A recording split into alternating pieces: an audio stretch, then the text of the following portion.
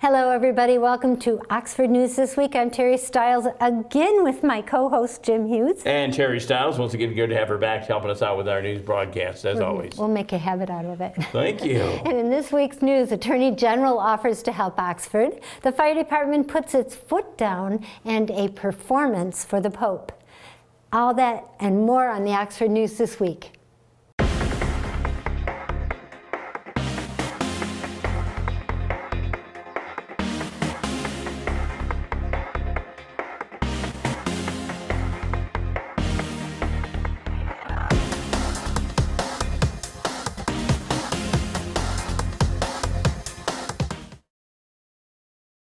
The Village of Oxford Council has taken another step forward in construction at the former Burdick Street site of the Township Hall.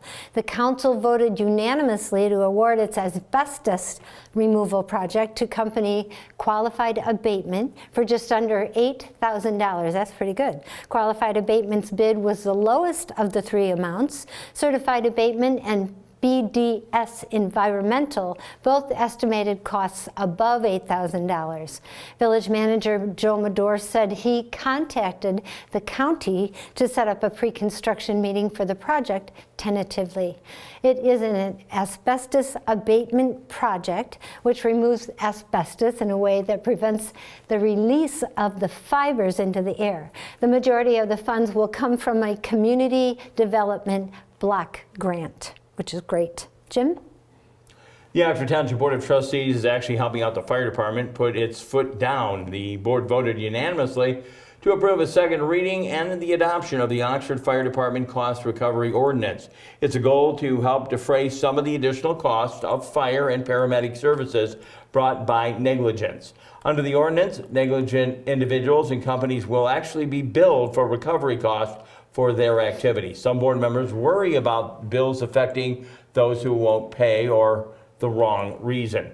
Township Attorney Brittany Ellis says that there is an appeal process under the ordinance where any person who is assessed a fee can appear before the Township Board to ask the fee be waived. Oxford Fire Chief Matt Majestic also says the department will not bill above and beyond insurance, stressing that the ordinance is about holding individuals and companies accountable for negligent actions like drunk driving. Oxford's ordinance was modeled on a similar one in Orion Township, and Addison already has its own ordinance regarding that situation. Terry? The Michigan Department Attorney General Office is now launching a review into the Oxford High School shooting tragedy. Oakland County officials in the prosecutor's office and sheriff's department have turned over a sizable amount of material to the Attorney General. The Attorney General's office says it will take 6 months to review previous investigative materials before it can launch its own investigation. According to Attorney General spokesperson Kimberly Bush, it will take this long because the office is starting from scratch, as it has been part of the previous investigations, or it has not been, sorry. However, some members of the Oxford community don't feel the same way. Buck Meyer, whose son Tate was lost in the tragedy, told reporters at the Detroit News that he does not believe the Attorney General's office doesn't need that much time to review those documents.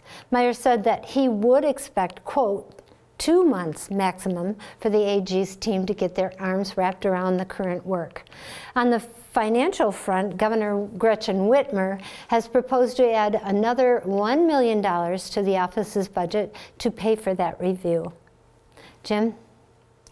With all this weather, you might be ready for spring. But what about spring cleaning? Oxford Township and Oxford Village residents can clean out their household hazardous waste for free, thanks to the No Haz. The No Haz Consortium is a group of Oakland County communities that have actually come together to give residents a safe, reliable, environmentally responsible way to dispose of hazardous waste.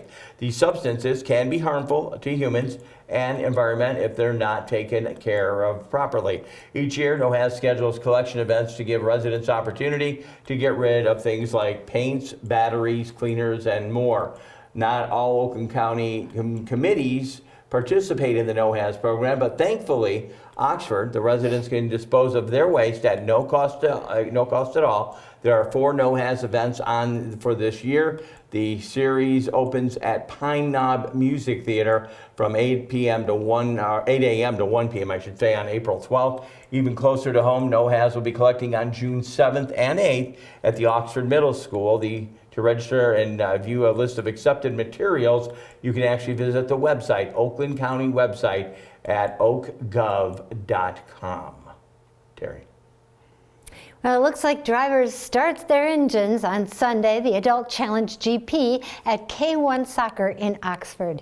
Gear up for the wheel-to-wheel action at K1 Speed, Oxford with the Adult Challenge GP League. K1 Speed is a go-kart entertainment center in Oxford. GP brings an exciting and competitive racing series that's easy, affordable, and non-committal. Which is good. Whether you're a seasoned racer or a newcomer, it's a chance to pit yourself against K1 Speed's fastest kart enthusiasts. Monthly race winners will have a chance to qualify for the World Championship at K1 Circuit. And in case you have environmental concerns, K1 uses 100% all-electric karts. Michigan's only 2 locations are in Oxford and Traverse City. The top racers at the Adult Challenge GP automatically qualify for a K1 Circuit World Championship. The nationwide top prize is $25,000. That's a good prize. Good luck, Wildcats. Jim, that's for you. Pontiac City Council mayor are clashing over immigration policy. Pontiac Mayor Tim Greimel recently vetoed a proposed city council resolution opposing immigration raids. The resolution was actually titled Expressing Opposition to the Federal Government Raids, Deportations of Our Pontiac Neighbors. The document said, quote, the city council stands of solidarity with our immigrant neighbors. It also requested the city administration consider steps to ensure immigrant neighbors have access to legal and protection. Although the resolution passed unanimously in the consent agenda portion of the meeting, Mayor Greimel also vetoed it afterward. In a small to the council, Greimel also said it was inappropriate for governmental entities to obstruct, denounce, and oppose the enforcement of these laws. However, Council President Mike McGinnis said the resolution was symbolic to one that would not have prevented police action. Pontiac community members, including those on the council, have protested in recent weeks over immigrant rights. It all comes as a Trump administration threatens to withhold funding for sanctuary cities and those limit to refuse cooperate with federal immigration enforcement. In our Behind the Lens segment, it's called Go Green. Green Team, a huge congratulations to the Leonard Elementary Green Team and Mrs. Bensman for winning the highest honor in the Green Prize competition. Their vision for sensory garden using earth-friendly materials is becoming a reality thanks to an incredible grant. A big thank you to the Detroit Zoo for believing the check, and even bigger shout out to Mrs. Bensman for always going above and beyond for her students. Now that's what you call a green thumb. Good stuff there on our last story. Or no, that was Behind the Lens. That was Behind the Lens. So anyways, there we go. We got through another one, right? Yeah, we did. We definitely are happy to have you back. I tell you, a lot of people are making comment. It was good to see you on camera and Thank everything. you. And I'm glad you're doing better. Thank you. That's good. Yeah. Happy to be back. We're happy to have you. It makes the hit the news go ground by running. better, and we can flow back Yep. and forth. Yep. In our last story, and this aforementioned young lady will be doing it, a performance for the Pope. Well, it sounds pretty big if you got that coming up. Up next, Dave Kenny, Auto Talk and Science in the News. You know he's here. He'll be here, and he'll have it next on Oxford News This Week.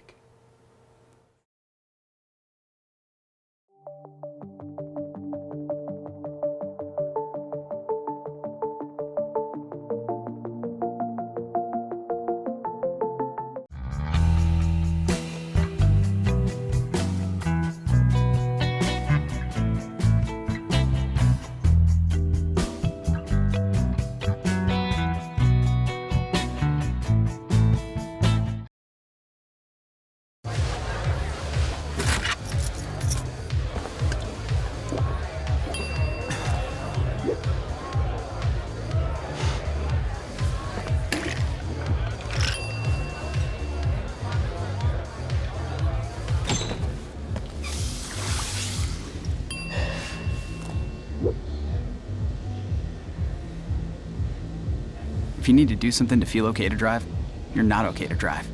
Don't drive buzzed. Welcome to this edition of Auto Talk. I'm Dave Kenny, and these stories are taken from Automotive News. In our first story, Tesla has launched a freshened version of its wildly popular Model Y crossover in the U.S., starting with a pricey special edition that stickers for over $61,000 with shipping, a $12,000 premium over the comparable older version still on sale, according to Tesla's website. The automaker's online configurator on January 22nd showed first deliveries for the updated Model Y in March.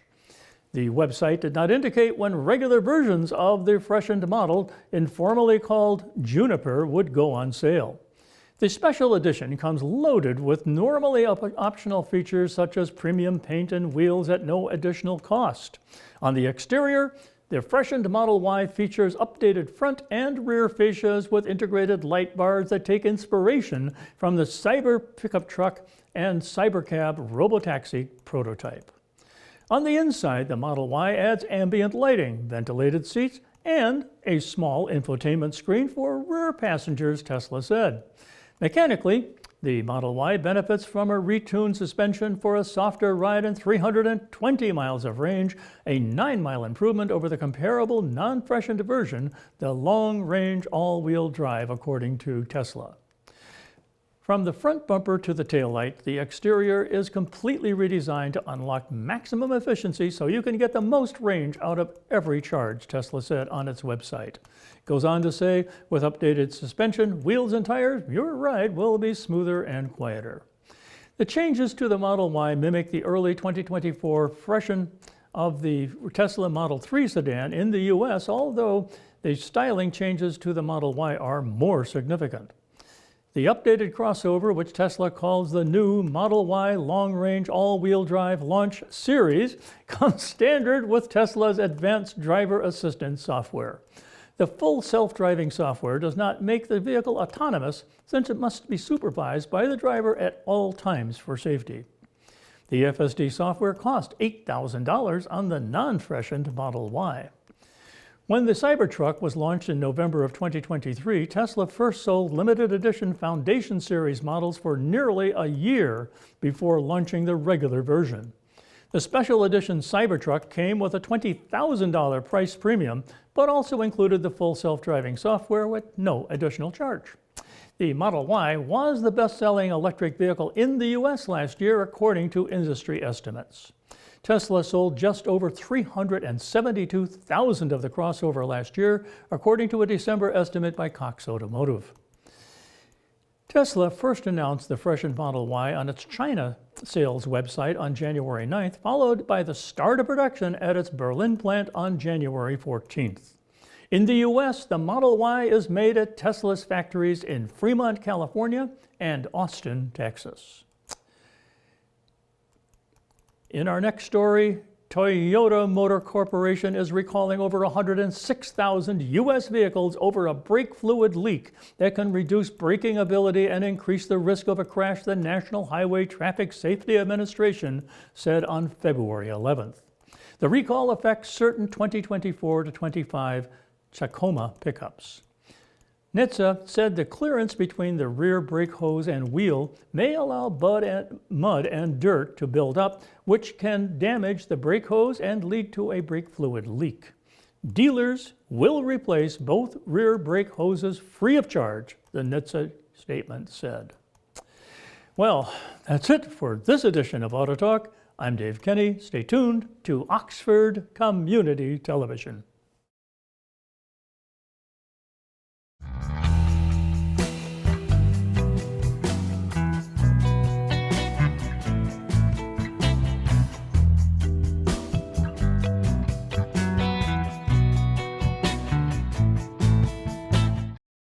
Hi, I'm Peyton Manning, and I'm partnering with the American Red Cross this year to tackle blood shortages. Giving blood's important because every 2 seconds, someone actually needs blood, and unfortunately, only like 3% of the U.S. population donates. So we have to step up to give and to make sure there's plenty of blood available for those in need. Visit redcrossblood.org to get in the game and make an appointment to give. Back with you on Oxford Sports, and how apropos for the weather we've been having. The Holly Oxford ski team hosted the MHSAA Division I Region II Regional Championship under blue skies, perfect snow conditions at Mount Holly. The varsity girls team placed third overall, qualifying as a team for the state finals. The girls team was led by Finley DeCubber and Sierra Mutual. The varsity boys ski team placed seventh overall. Senior Cody Mutual and freshman Joey Green qualified in the individuals for Division I state finals. Oxford is so proud of the athletes and the achievements. Congratulations as you hit the slopes. We appreciate what you're doing for our community. The Oxford boys varsity basketball team, without saying, are on fire. OAA White League champions. The Oxford boys basketball team won the OAA White outright with their win at Farmington last week. In an exciting game, the Wildcats took home a first place 66-59 score. It was the team's first league championship since back in 2018-19 season. The team is now 12-0 in the league and played 2 games remaining. The Oxford has an overall record, unbelievable record, 19 wins, 1 loss. Notre Dame Prep in the close game at 72-67. Boys remaining games are Troy Athens and a senior night. That was a senior night away against Harper Woods last week. Again, congratulations to those Oxford Wildcat basketball players. A lot of them contests can be seen here on weekends right here at OCTV. That's going to wrap in sports. You know what? I know Dave Kenny's got one more segment, and coming up in our last story, you don't want to miss this. Terry will have that for you. A little bit of sugar. That's what we're going to call it. We're back in a moment. You're watching Oxford News This Week.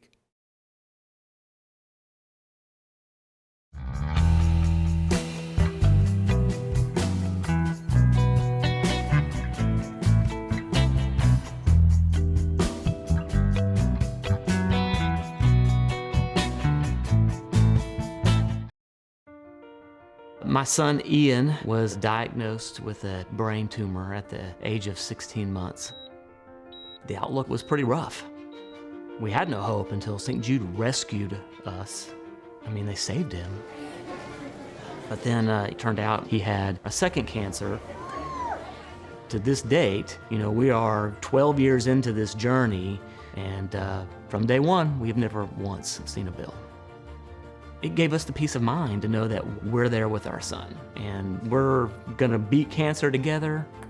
Now, he is doing really, really well. He's alive because of what St. Jude has done. He's here because of the doctors who came before, their blood, their sweat, their tears, of every day being in that hospital, the knowledge that has been accumulated and shared with everyone else around the world. This is how we get rid of this, how we help kids beat cancer all over. It's the future. What is dementia? Is it the same as Alzheimer's? What is vascular dementia, Lewy body, FTD, TBI, and CTE? If someone has memory loss, does that mean they have dementia? Millions of Americans ask these questions every day. I did too, and I learned. My wife Ginny developed dementia. I didn't know what to do or what was coming next. I'm Kevin Jameson, volunteer and president of the Dementia Society of America. I'm excited to offer you a free guide to understanding dementia. It's filled with facts about dementia, care planning, how doctors can help, and ways to keep your brain as healthy as possible. The Dementia Society of America is a national nonprofit, and we're ready to answer your questions. You want to live life to the fullest. I know that. Ginny did too, and I'm confident that we can help. Get your copy of the guide. Go to 1-800-DEMENTIA.org or call 1-800-DEMENTIA. Thank you.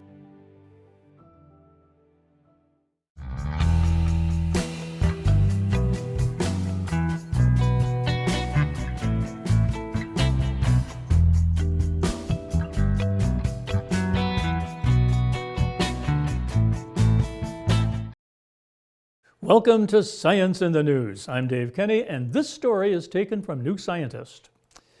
A daily omega-3 supplement seems to slow biological aging in older people, particularly if combined with vitamin D and exercise. We already know that omega-3s, good fats found in seeds, nuts, and some fish, can boost our immunity, heart health, and brain function. They have also been linked to changes in epigenetic markers. Those are chemical tags on DNA that alter the activity of genes and, in turn, how cells behave.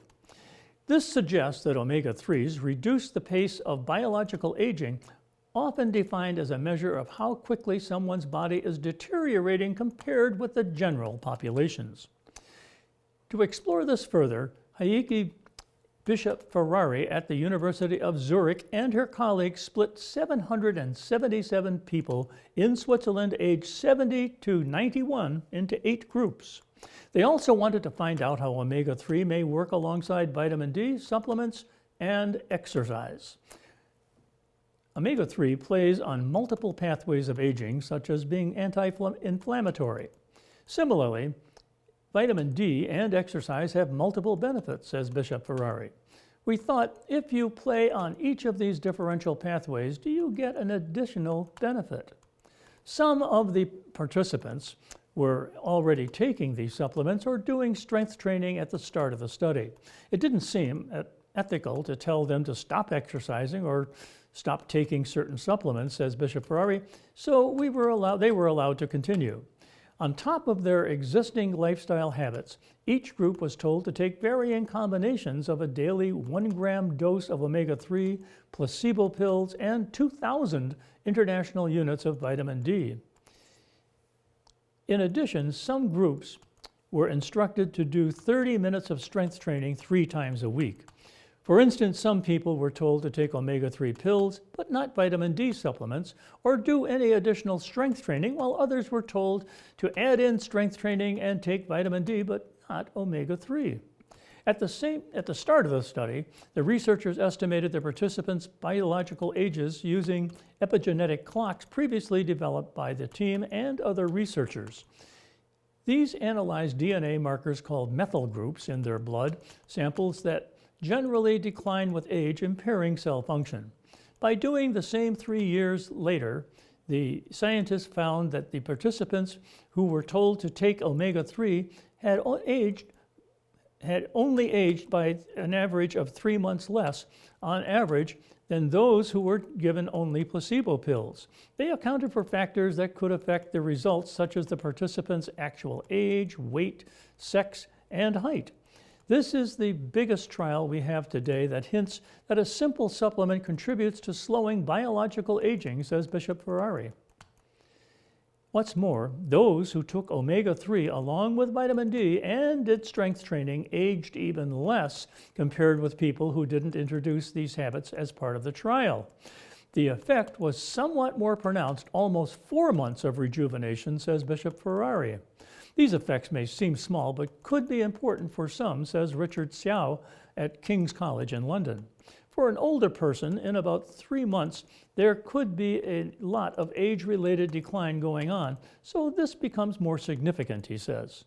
But epigenetic clocks are not a perfect measure of biological aging.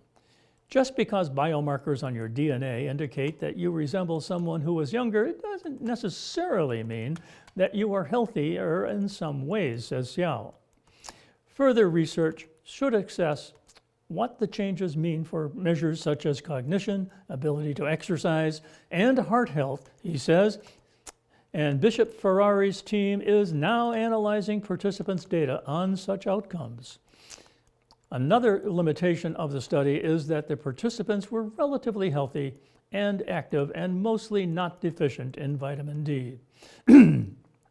Further studies that involve people without these characteristics and who are younger and live in other countries are needed, says Bishop Ferrari, and that's good news. Well, that's it for Science in the News. I'm Dave Kenny.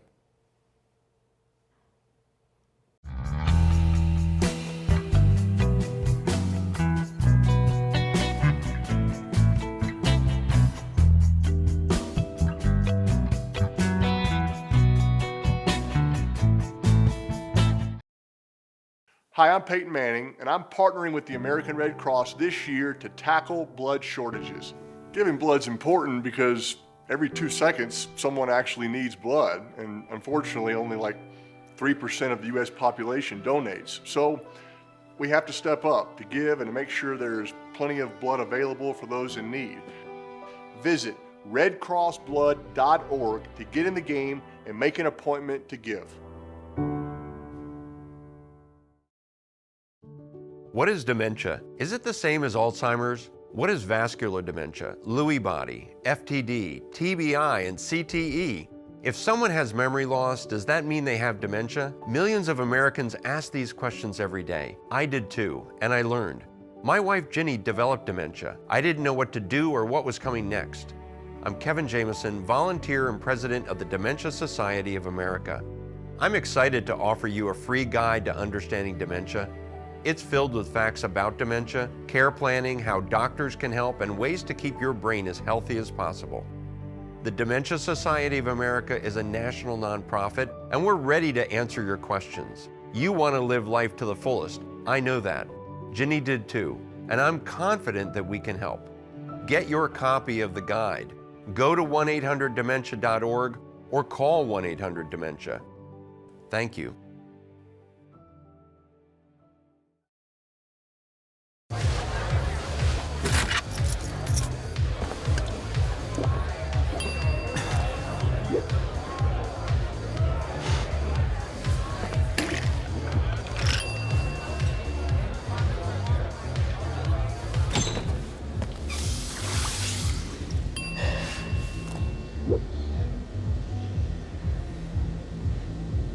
If you need to do something to feel okay to drive, you're not okay to drive. Don't drive buzzed. So in our last story this week, a performance for the Pope, and that must be before he got sick. The Holly High School Bronco Marching Band rang in the new year with a once-in-a-lifetime trip to Italy, culminating in a New Year's Day performance at the St. Peter's Square at the Vatican. Pope Francis personally acknowledged the Bronco Marching Band and thanked them for their performance in his address. 70 marching band members and 100 adults spent their winter break exploring the Tuscany region, stopping to perform in Monte Conti. I've never heard of that before. Band director Ben Baldwin says the adventure in Italy opened the students up to new experiences and cultures outside the band room and strengthened the bond between students, families, and the Bronco community. Congratulations. That's such a cool story. I had the opportunity when I was in high school to go to Europe with the band, and that's exactly what it does. It strengthens your performances. It's really a cool story. Montecatini. I'm not Italian. I'm making it up. I might look Italian. I'm not. Montecatini. So I really messed that one up. If you're in Italian Gardens right now watching the show, give our channel a call and let us know how to say it, okay? Either that or send us some of your nice pasta so we can get the accent right. And we'll let you sponsor the news that day if you send us enough food. That would be great. Good idea. Anyway, so you doing good? It's all yours. I'm doing fine. Okay, you know, we haven't done this in a while, and I Happy to be doubt. back. Okay, I'm not sure. Are we listening to anything in the car? I am not. Right now it's music. Music helps you get healthy. Soothing, healthy music. Yep, Okay, so I'm getting healthy. Terry's putting the books on tape down for a while, so there you go. You have to come up with your own. OCTV can actually be viewed and seen on the Spectrum Charter Channel 91, on Channel 99 of the AT&T Uverse system. Check us out on YouTube, Facebook, Rumble, the Amazon Fire Stick, and a place I know I watch, Roku. As well as if you do have a show idea, you can give our office a call. If you maybe like to volunteer, OCTV will give our office a call at 248-628-9658. I know we've had scout troops in here. Maybe they'd like to see how a TV station works. Very special thank you to producer, director, Kyle Snage, news writer extraordinaire, Allison Miller, our station manager back in tow again, doing well. Terry Stiles, for everyone right here at OCTV, I'm Jim Hughes, hoping you have a safe week. I invite you back next time. And again, we will take a look at Oxford News this week. Bye-bye.